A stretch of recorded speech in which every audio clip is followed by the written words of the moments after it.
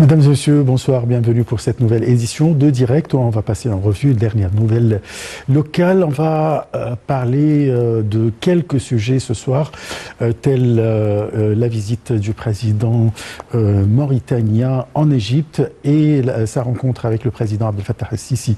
Et un deuxième sujet, c'est concernant le débat principal, qu'il s'agit du gouvernement égyptien qui met l'accent sur le développement du capital humain, notamment à travers les ressources fournies par les politiques de réforme.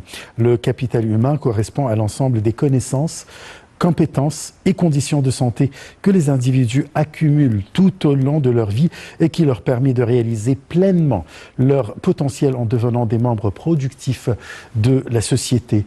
Un commentaire qui explique ce sujet.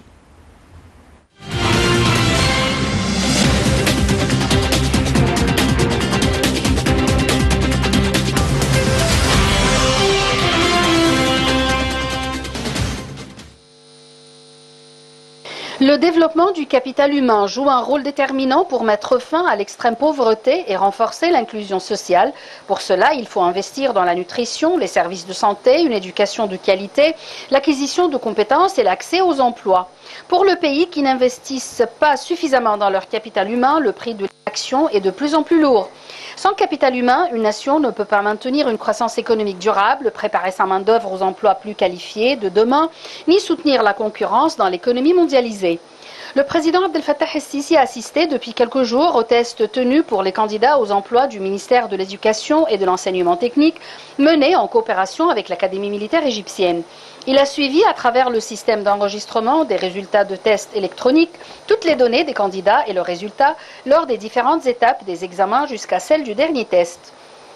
À cet égard, le président a affirmé le souci de l'État de suivre les normes les plus élevées pour choisir les cadres les plus qualifiés sur les plans scientifiques, techniques et personnels, à l'issue d'une formation globale et intégrée selon les dernières méthodes et programmes de formation et de qualification technique et personnelle qui conviennent à la nature de leur travail et les qualifient pour s'acquitter de leurs tâches et assumer leurs responsabilités avec efficacité dans le cadre des efforts de l'État pour moderniser l'appareil administratif en améliorant l'élément humain tout en lui prêtant attention pour parvenir à une évaluation tangible du niveau des services publics présentés aux citoyens.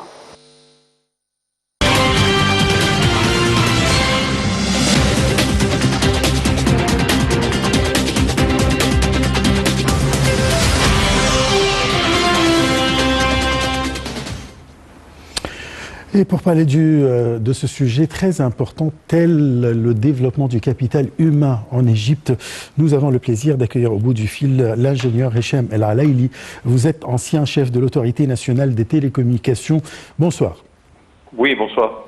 Alors, l'investissement dans le capital humain est la priorité de l'État égyptien actuellement. Expliquez-nous comment investir dans le capital humain. Écoutez, tout d'abord, l'État a fait un très gros investissement dans ce qu'on appelle l'infrastructure. Donc maintenant, le pays est prêt pour développer les services et tout ce qui est lié à ces infrastructures. Pour ça, effectivement, ils ont commencé aussi, l'État a commencé ce qu'on appelle la transformation numérique. Et avec cette transformation numérique, il y a eu un programme du développement vu tous les atouts de gestion pour la gestion humaine et les ressources humaines. Donc il y a un programme pour le développement de cette partie de programme. Et en plus, effectivement, l'État favorise le choix des talents pour prendre des postes clés, même ce qu'on appelle tout ce qui sont des jeunes. Donc on trouve dans plusieurs postes de l'État, des postes importants, ce sont des jeunes qui commencent à prendre un peu le pouvoir et la gestion pour cette partie-là. Et effectivement, ils ont la mission de développer toute une équipe avec eux pour la partie gestion et le développement et l'amélioration de tout ce qu'on appelle l'atout, les soft skills et la partie aussi ressources humaines. Voilà. Ouais. Comment former cette jeunesse, ces talents? Comment les former et les préparer pour guider ou bien pour prendre la gestion? Il y a des programmes de formation, ce que je vous ai dit, donc tout ça est lié. Et même dans le programme de la transformation numérique, il y a une partie qui est liée au changement de la culture et de la façon de penser. Donc ça aussi, c'est très important. Donc tout ça, ça rentre dans le développement de ce qu'on appelle les soft skills des personnes. Oui. Si je parle de l'intérêt de l'État de préparer cette génération, on parle aussi de la santé, on parle de l'éducation. Alors, qu'est-ce que l'État a fait pour cette génération, pour qu'il soit vraiment dans le devant? Qu'est-ce que l'État a fait? Oui. Tout ce que je vous ai dit, donc je répète, il y a eu une formation et préparation de programmes pour former les jeunes et les cadres pour développer la partie des gestions humaines. Oui. On s'occupe aussi de la partie, ce qu'on appelle l'éducation aussi. Donc, du programme de l'éducation, il y a une partie qui n'est pas liée uniquement sur la partie académique, mais aussi sur la partie du développement du soft skills.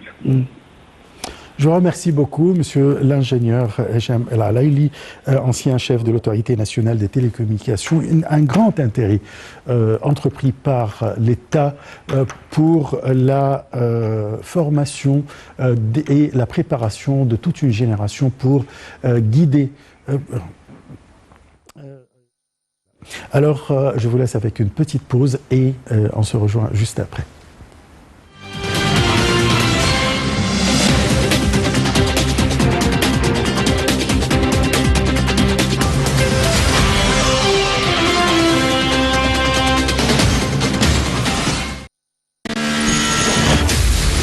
Egypt opens up to the world. President Abdel Fattah al-Sisi meets with world leaders.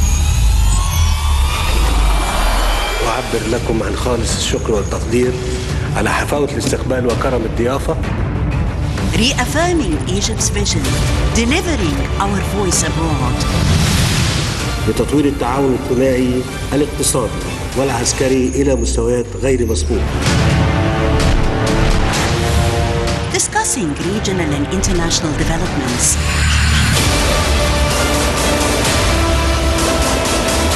Solid and strong relations on the path of partnership and development.